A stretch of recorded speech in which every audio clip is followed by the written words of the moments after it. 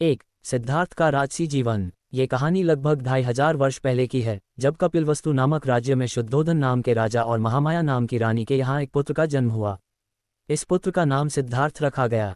जब सिद्धार्थ का जन्म हुआ तब एक ज्योतिषी ने भविष्यवाणी की कि यह बालक या तो महान चक्रवर्ती सम्राट बनेगा या फिर सन्यासी होकर पूरी दुनिया को सत्य का मार्ग दिखाएगा। राजा शुद्धोधन को इस बात का डर था कि उनका पुत्र राजपाट छोड़कर सन्यासी न बन जाए, इसलिए उन्होंने सिद्धार्थ को हर प्रकार के दुख और कठिनाई से बचाने का निर्णय लिया। राजा ने महल को ऐसा बनवाया जहां केवल सुख सुविधाएं और खुशियां थीं। वहां हर प्रकार का आनंद उपलब्ध था। सिद्धार्थ को कभी भी महल के बाहर जाने की अनुमति नहीं थी। सिद्धार्थ का जीवन राजसी ठाट बाट में व्यतीत हो रहा था। उनके लिए सुख और विलासिता की हर चीज उपलब्ध थी। संगीत, नृत्य, भोजन और महल के सुंदर बगीचे, इन सब के बीच उनका बचपन बीता। उन्हें हर प्रकार की शिक्षा दी गई, जिसमें युद्ध कला, घुड़सवारी और शास्त्रों का ज्ञान शामिल था। हालांकि इन सब के बावजूद सिद्धार्थ के मन में हमेशा एक अजीब सी बेचैनी रहती थी। उनके मन में यह सवाल उठता कि यह जीवन केवल आनंद और सुख के लिए है या इसके परे भी कुछ है। वे रात के समय अकेले बैठकर आकाश में टिमटिमाते सितारों को देखा करते और सोचते कि इस ब्रह्मांड में जीवन का वास्तविक उद्देश्य क्या है। संसार के 4 दृश्यों का अनुभव। एक दिन सिद्धार्थ ने महल से बाहर जाने की इच्छा व्यक्त की। राजा शुद्धोधन ने पहले तो इनकार किया, लेकिन फिर सिद्धार्थ की जिद के आगे हार मानकर उन्हें बाहर जाने की अनुमति दी। उन्होंने आदेश दिया कि सिद्धार्थ के रास्ते में केवल खुशहाल और सुंदर दृश्य ही दिखाए जाएं। लेकिन नियति को कुछ और ही मंजूर था। सिद्धार्थ ने बाहर की दुनिया में 4 अद्भुत दृश्य देखे। एक वृद्ध व्यक्ति झुका हुआ लाठी के सहारे चलता हुआ। 2, एक बीमार व्यक्ति दर्द से कराहता हुआ। 3, एक मृत शरीर लोगों द्वारा अंतिम संस्कार के लिए ले जाया जाता हुआ। 4, एक सन्यासी शांत और संतुष्ट, बिना किसी भौतिक सुख सुविधा के। इन दृश्यों ने सिद्धार्थ को झकझोर दिया। उन्होंने सोचा, क्या हर कोई बूढ़ा होगा? क्या हर किसी को बीमारी और मृत्यु का सामना करना पड़ेगा? क्या इस जीवन में केवल दुख ही है या इससे परे कुछ ऐसा है जो हमें सच्ची शांति दे सकता है? परिवर्तन की शुरुआत। महल वापस लौटने के बाद भी सिद्धार्थ का मन अशांत रहा। अब उनके लिए राजसी सुख सुविधाएं महत्वहीन लगने लगीं। वे हर समय गहरे विचारों में डूबे रहते। उनके मन में एक सवाल गूंजता रहा, क्या जीवन का उद्देश्य केवल जन्म, बीमारी, बुढ़ापा और मृत्यु है या इससे आगे भी कुछ है? त्याग का संकल्प। अंततः एक रात सिद्धार्थ ने अपने जीवन को बदलने का निर्णय लिया। जब पूरा महल सो रहा था तब वे चुपचाप उठे, अपनी पत्नी यशोधरा और पुत्र राहुल को सोता हुआ छोड़ दिया। उन्होंने अपने प्रिय घोड़े कंथक के साथ महल छोड़ दिया। सिद्धार्थ ने राजसी वस्त्र उतारकर सन्यासी का वेश धारण किया। उन्होंने संकल्प लिया कि जब तक वे जीवन के सत्य को नहीं पालेंगे तब तक वे वापस नहीं लौटेंगे। यह उनका पहला कदम था उस तपस्या की ओर जो उन्हें बुद्ध बनने की ओर ले जाने वाला था। 2, कठिन तपस्या का मार्ग। सिद्धार्थ ने महल से बाहर निकलते ही संसार को उसकी वास्तविकता में देखना शुरू किया। वे अब एक राजकुमार नहीं थे, बल्कि एक सन्यासी थे जो सत्य की खोज में निकले थे। उनका एकमात्र लक्ष्य जीवन के दुखों का कारण समझना और उससे मुक्ति पाना था। ज्ञान की खोज की शुरुआत। सिद्धार्थ सबसे पहले आलार कालाम नामक एक प्रसिद्ध साधक के पास पहुंचे। आलार कालाम ध्यान और योग में निपुण थे। उन्होंने सिद्धार्थ को ध्यान और मानसिक शांति प्राप्त करने की विधियां सिखाईं। सिद्धार्थ ने जल्द ही उनकी शिक्षा में महारत हासिल कर ली, लेकिन यह उन्हें संतुष्टि नहीं दे सकी। उन्होंने महसूस किया कि यह केवल मानसिक शांति प्रदान करता है, परंतु जीवन के दुखों का समाधान नहीं करता। इसके बाद वे उद्दक रामपुत नामक दूसरे गुरु के पास पहुंचे। उद्दक रामपुत ने उन्हें ध्यान की और गहरी विधियां सिखाईं। सिद्धार्थ ने इस ज्ञान को भी पूरी तरह आत्मसात कर लिया, लेकिन फिर भी उन्हें अपने सवालों का उत्तर नहीं मिला। उन्होंने इन दोनों गुरुओं को छोड़ने का निर्णय लिया और स्वयं अपनी राह पर निकल पड़े। कठिन तपस्या का आरंभ। सिद्धार्थ ने कठोर तपस्या का मार्ग अपनाया। वे नदी किनारे एक घने वन में चले गए, जहां कई अन्य तपस्वी पहले से तपस्या कर रहे थे। सिद्धार्थ ने सोचा कि यदि शरीर को कष्ट देकर आत्मा को शुद्ध किया जाए तो शायद जीवन का सत्य प्राप्त हो सकता है। उन्होंने अपना भोजन लगभग त्याग दिया और केवल बहुत थोड़ी मात्रा में जड़ें, पत्ते और फल खाकर जीवित रहे। वे घंटों घंटों तक ध्यान करते रहते और कभी कभी तो पूरे दिन बिना हिले डुले बैठे रहते। उनके शरीर की स्थिति धीरे धीरे कमजोर होने लगी। उनका सुंदर और मजबूत शरीर अब हड्डियों का ढांचा बन चुका था। शरीर और आत्मा के संघर्ष। सिद्धार्थ ने अपनी तपस्या को और कठोर बना दिया। वे कभी कभी अपनी सांस को रोककर ध्यान लगाते, जिससे उनका शरीर दर्द और थकावट से कांपने लगता। उन्होंने अनुभव किया कि अत्यधिक तपस्या ने उनके शरीर को कमजोर कर दिया है, लेकिन उनकी आत्मा को सच्चा ज्ञान नहीं मिला। एक दिन जब वे ध्यानमग्न थे तो उन्हें लगा कि उनका शरीर इतना कमजोर हो गया है कि वे मर सकते हैं। उन्होंने सोचा, यदि मैं मर गया तो मेरी यह साधना अधूरी रह जाएगी। इसका क्या लाभ? यह विचार उनके लिए एक बड़ा मोड़ साबित हुआ। मध्यम मार्ग का सिद्धांत। सिद्धार्थ ने समझा कि अत्यधिक विलासिता की तरह अत्यधिक कठोरता भी सही मार्ग नहीं है। उन्होंने महसूस किया कि सच्चा ज्ञान पाने के लिए एक संतुलित मार्ग अपनाना होगा। इस संतुलन को उन्होंने मध्यम मार्ग कहा। उन्होंने तपस्या छोड़ने का निर्णय लिया और भोजन करना शुरू कर दिया। एक गांव की स्त्री, जिसका नाम सुजाता था, ने उन्हें खीर का कटोरा भेंट किया। ये भोजन उनके शरीर और आत्मा को फिर से शक्ति प्रदान करने का प्रतीक बन गया। साथियों का त्याग। जब उनके साथ तपस्या करने वाले अन्य साधकों ने देखा कि सिद्धार्थ ने कठोर तपस्या छोड़ दी है, तो उन्होंने उन्हें त्याग दिया। वे सोचने लगे कि सिद्धार्थ सत्य की खोज में असफल हो गए हैं। लेकिन सिद्धार्थ जानते थे कि उनका मार्ग सही है। बोधि वृक्ष के नीचे का संकल्प। अब सिद्धार्थ ने एक महत्वपूर्ण निर्णय लिया। वे बोधगया पहुंचे और वहां एक पीपल के पेड़, जो बाद में बोधि वृक्ष कहलाया, के नीचे ध्यान करने बैठे। उन्होंने ठान लिया कि जब तक वे सत्य का ज्ञान प्राप्त नहीं कर लेते, तब तक वे वहां से नहीं उठेंगे। उन्होंने कहा, चाहे मेरा शरीर नष्ट हो जाए, चाहे मैं भूख से मर जाऊं, लेकिन जब तक मैं इस संसार के दुखों का कारण और उससे मुक्ति का मार्ग नहीं खोज लेता, मैं यहां से नहीं हिलूंगा। 3. ज्ञान की प्राप्ति और बुद्धत्व का उदय। सिद्धार्थ ने बोधगया में बोधि वृक्ष के नीचे बैठकर ध्यान लगाया। उन्होंने संकल्प लिया था कि जब तक उन्हें सत्य का ज्ञान प्राप्त नहीं हो जाता, तब तक वे वहां से नहीं उठेंगे। यह उनके जीवन का सबसे कठिन और निर्णायक चरण था। इस तपस्या ने उन्हें साधारण मानव से एक महान बुद्ध बनने की ओर अग्रसर किया। मार का प्रहार, बुद्धत्व की परीक्षा। जब सिद्धार्थ ने ध्यान में गहराई से प्रवेश किया, तो उन्हें कई कठिन परीक्षाओं का सामना करना पड़ा। यह माना जाता है कि मार नामक बुरी शक्ति ने उन्हें रोकने का प्रयास किया। मार ने उनकी साधना को भंग करने के लिए हर संभव तरीका अपनाया। 1. भय का संचार। मार ने सिद्धार्थ को डराने के लिए भयंकर भूत प्रेत और राक्षसों का दृश्य प्रस्तुत किया। ये दृश्य भयावह और हिंसक थे, लेकिन सिद्धार्थ अपने ध्यान में अडिग रहे। उन्होंने सोचा, ये सब माया है, सत्य को कोई नहीं रोक सकता। 2. प्रलोभन का जाल। जब भय असफल हुआ, तो मार ने अपने सबसे सुंदर अप्सराओं को भेजा। उन्होंने सिद्धार्थ को मोह और आकर्षण में फंसाने का प्रयास किया, लेकिन सिद्धार्थ की आत्मा इतनी दृढ़ थी कि वे इन प्रलोभनों से विचलित नहीं हुए। 3. अहंकार की परीक्षा। अंत में मार ने सिद्धार्थ के अहंकार को चुनौती दी। उसने कहा, तुम कौन होते हो सत्य को जानने वाले? ये संसार तुम्हारे बिना भी चलता रहेगा। लौट जाओ, तुम असफल हो जाओगे। इस पर सिद्धार्थ ने धरती को साक्षी बनाते हुए कहा, मैं यहाँ सत्य की खोज के लिए हूँ। ये धरती मेरी तपस्या और संकल्प की गवाह है। कोई भी शक्ति मुझे इस मार्ग से विचलित नहीं कर सकती। मार की सभी चालें विफल हो गईं। ये सिद्धार्थ की दृढ़ता और आत्मनियंत्रण की जीत थी। ज्ञान की प्राप्ति, 4 आर्य सत्य और अष्टांगिक मार्ग। सिद्धार्थ का ध्यान लगातार गहराता गया। उनकी साधना की अंतिम रात को 3 महत्वपूर्ण जागरण हुए। 1. भूतकाल का ज्ञान। सिद्धार्थ ने अपनी और अन्य प्राणियों की असंख्य जन्मों की कहानियां देखीं। उन्हें समझ आया कि जन्म, मृत्यु और पुनर्जन्म का चक्र कैसे चलता है। 2. कर्म और परिणाम का ज्ञान। उन्होंने जाना कि हर प्राणी के कर्म उसके भविष्य को तय करते हैं। अच्छे कर्म सुख लाते हैं, जबकि बुरे कर्म दुख का कारण बनते हैं। 3. मूल सत्य का ज्ञान। उन्होंने जीवन के 4 आर्य सत्यों को समझा। ये संसार दुखमय है। दुख का कारण तृष्णा, इच्छा है। तृष्णा को समाप्त करके दुख से मुक्ति पाई जा सकती है। दुख से मुक्ति का मार्ग अष्टांगिक मार्ग है। अष्टांगिक मार्ग में सही दृष्टि, सही संकल्प, सही वाणी, सही कर्म, सही आजीविका, सही प्रयास, सही स्मृति और सही ध्यान शामिल थे।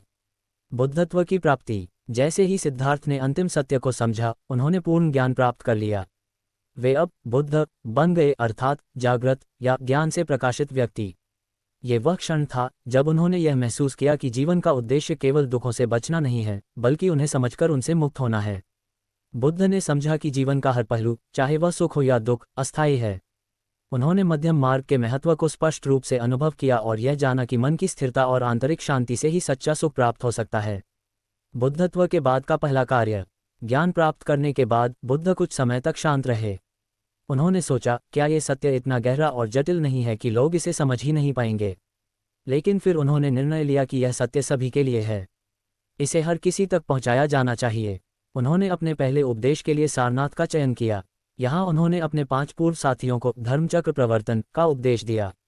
यह उनका पहला उपदेश था, जिसमें उन्होंने 4 आर्य सत्य और अष्टांगिक मार्ग की शिक्षा दी। उनके ये 5 साथी ही उनके पहले शिष्य बने। सार। सिद्धार्थ का बुद्ध बनना ये सिखाता है कि कठिन तपस्या, धैर्य और आत्मसंयम से ही जीवन के गहरे रहस्यों को समझा जा सकता है। सफलता का असली मार्ग अपने भीतर के अंधकार को दूर करके प्रकाश की ओर बढ़ना है। ये हमें ये भी सिखाता है कि न तो अत्यधिक विलासिता और न ही कठोर तपस्या, बल्कि संतुलन ही सच्चे सुख का मार्ग है। 4. ज्ञान का प्रसार और उनके शिष्यों की कहानियाँ। बुद्धत्व प्राप्त करने के बाद भगवान बुद्ध का जीवन सत्य और धर्म के प्रचार के लिए समर्पित हो गया। उन्होंने अपने ज्ञान को संसार के सभी प्राणियों के कल्याण के लिए साझा किया। उनका उद्देश्य था दुखों से मुक्ति का मार्ग सभी को दिखाना, भले ही वह कोई राजा हो या भिक्षु, किसान हो या स्त्री। बुद्ध के ज्ञान के प्रसार की यात्रा कई प्रेरक और अद्भुत घटनाओं से भरी हुई है। सारनाथ में धर्मचक्र प्रवर्तन। ज्ञान प्राप्त करने के बाद बुद्ध ने सबसे पहले अपने 5 साथियों को शिक्षा देने का निर्णय लिया, जिन्होंने उन्हें कठोर तपस्या करते समय साथ दिया था लेकिन बाद में उन्हें छोड़ दिया था। ये 5 साधु सारनाथ में निवास कर रहे थे। बुद्ध सारनाथ पहुंचे और वहां उन्होंने अपना पहला उपदेश दिया। यह उपदेश धर्मचक्र प्रवर्तन कहलाया। इसमें उन्होंने 4 आर्य सत्य और अष्टांगिक मार्ग की शिक्षा दी। ये 5 साधु कौंडिन्य, भद्र, वास्पा, महानाम और अश्वजित उनके पहले शिष्य बने। कौंडिन्य को पहला भिक्षु बनने का सौभाग्य प्राप्त हुआ। यहीं से बौद्ध धर्म की यात्रा शुरू हुई। महान शिष्य अंगुलिमाल की कहानी। भगवान बुद्ध के ज्ञान का प्रसार करते समय उन्हें कई विचित्र और कठिन परिस्थितियों का सामना करना पड़ा। एक ऐसा ही प्रेरक प्रसंग अंगुलिमाल का है। अंगुलिमाल का आतंक। अंगुलिमाल एक विद्वान ब्राह्मण का पुत्र था, लेकिन छल और षड्यंत्र के कारण वह एक भयंकर डाकू बन गया। उसे विश्वास दिलाया गया था कि यदि वह 1000 व्यक्तियों की उंगलियों की माला बनाएगा तो वह महान सिद्धि प्राप्त करेगा। इस अंधविश्वास के कारण वह निर्दोष लोगों की हत्या कर रहा था। बुद्ध का सामना। एक दिन जब बुद्ध उस क्षेत्र से गुजर रहे थे तो लोगों ने उन्हें अंगुलिमाल से बचने की सलाह दी, लेकिन बुद्ध ने ठान लिया कि वे इस क्रूर हत्यारे को सत्य का मार्ग दिखाएंगे। अंगुलिमाल ने बुद्ध को देखकर कहा, रुक जाओ। बुद्ध ने जवाब दिया, मैं पहले ही रुक गया हूँ, अब तुम्हें रुकना चाहिए। अंगुलिमाल ये सुनकर चकित हुआ और बुद्ध के पास गया। उनकी करुणामयी वाणी और शांत मुख मुद्रा ने अंगुलिमाल को बदल दिया। उन्होंने उसे बताया कि हिंसा से कोई सिद्धि प्राप्त नहीं होती। अंगुलिमाल का परिवर्तन। बुद्ध के उपदेश सुनने के बाद अंगुलिमाल ने अपने हथियार फेंक दिए और बुद्ध का शिष्य बन गया। वह भिक्षु बनकर सत्य और अहिंसा के मार्ग पर चल पड़ा। राजा बिंबिसार और मगध में धर्म का प्रचार। बुद्ध ने मगध राज्य का दौरा किया, जहां उनका सामना राजा बिंबिसार से हुआ। बिंबिसार ने बुद्ध की शिक्षाओं को स्वीकार किया और बौद्ध धर्म का एक बड़ा समर्थक बन गया। उन्होंने बुद्ध को अपना बगीचा, वेलुवन विहार, भिक्षुओं के रहने के लिए दान कर दिया। बिंबिसार के राज्य में बुद्ध ने कई उपदेश दिए और सैकड़ों लोग उनके शिष्य बने। ये स्थान बौद्ध धर्म के विकास का एक महत्वपूर्ण केंद्र बन गया। महात्मा सारिपुत्र और महामौदगल्याण। बुद्ध के 2 महान शिष्य सारिपुत्र और महामौदगल्याण पहले ब्राह्मण थे। वे सत्य की खोज में थे और उन्होंने बुद्ध के उपदेशों को सुनकर उनकी शरण ली। सारिपुत्र बुद्ध के प्रमुख शिष्य बने और बुद्ध की शिक्षाओं को सरल भाषा में समझाने में माहिर थे। महामौदगल्याण अद्वितीय मानसिक शक्तियों के लिए प्रसिद्ध थे। उन्होंने बुद्ध की शिक्षाओं को दूर दराज के क्षेत्रों में पहुंचाया। यशोधरा और राहुल का शिष्यत्व।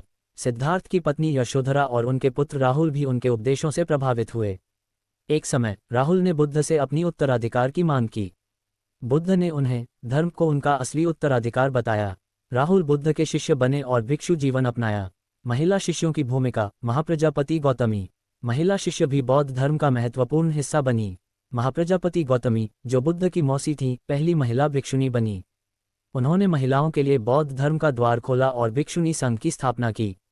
धर्म का प्रसार और सम्राट अशोक की भूमिका। बुद्ध के परिनिर्वाण महापरिनिर्वाण के बाद उनकी शिक्षाएं पूरे भारत में फैल गईं। सम्राट अशोक ने बुद्ध के उपदेशों को अपनाया और उन्हें दुनिया भर में प्रचारित किया। उन्होंने बुद्ध के धर्म का पालन करते हुए हिंसा छोड़ दी और अपने राज्य में शांति और अहिंसा का प्रचार किया। सार। बुद्ध ने अपने जीवन में ये सिद्ध किया कि सत्य, करुणा और अहिंसा के माध्यम से हर व्यक्ति के जीवन में बदलाव लाया जा सकता है। उनकी शिक्षाओं ने लाखों लोगों को जीवन के दुखों से मुक्ति का मार्ग दिखाया। 5. बुद्ध के जीवन के अंतिम क्षण और उनकी शिक्षाओं की विरासत। भगवान बुद्ध का जीवन करुणा, सत्य और शांति का प्रतीक था। उन्होंने पूरे जीवन दुखों का कारण और उनसे मुक्ति का मार्ग लोगों को दिखाया। उनकी शिक्षाएं अमर हो गईं और उनके अंतिम क्षणों में भी उन्होंने अपने शिष्यों और अनुयायियों को जीवन के सत्य को समझने की प्रेरणा दी। बुद्ध की अंतिम यात्रा। बुद्ध की अंतिम यात्रा कुशीनगर की ओर थी। उनकी आयु 80 वर्ष हो चुकी थी और उनका शरीर वृद्ध हो चला था। इस यात्रा के दौरान उन्होंने अपने शिष्यों को अंतिम उपदेश दिए। एक दिन पावा नामक स्थान पर बुद्ध ने चुन नामक लोहार के घर भोजन किया। भोजन में सूकरमदप, चमचमाते चावल और जड़ी बूटियों का व्यंजन था। भोजन के बाद बुद्ध की तबीयत बिगड़ गई। उन्हें पेट में तीव्र पीड़ा हुई। हालांकि बुद्ध ने चुन से कहा, तुम्हारे भोजन का ये दान अत्यंत पवित्र है। दुख मत करना, क्योंकि यह भोजन मेरे निर्वाण का माध्यम बनेगा। कुशीनगर में अंतिम उपदेश। बुद्ध कुशीनगर पहुंचे और एक साल वृक्ष के नीचे लेट गए। वहां उन्होंने अपने शिष्यों और अनुयायियों को अंतिम उपदेश दिए। उनका कहना था, 1. अब दीपो भव, अपने दीपक स्वयं बनो। इसका अर्थ था कि हर व्यक्ति को अपने जीवन में ज्ञान का प्रकाश स्वयं जलाना होगा। दूसरों पर निर्भर रहने के बजाय अपने सत्य और धर्म को स्वयं समझना चाहिए। 2. संघ और धर्म का पालन। बुद्ध ने कहा कि उनके जाने के बाद उनकी शिक्षाएं और संघ संगठित भिक्षुओं का समूह ही उनके उत्तराधिकारी होंगे। उन्होंने अपने शिष्यों को धर्म के मार्ग पर अडिग रहने की प्रेरणा दी।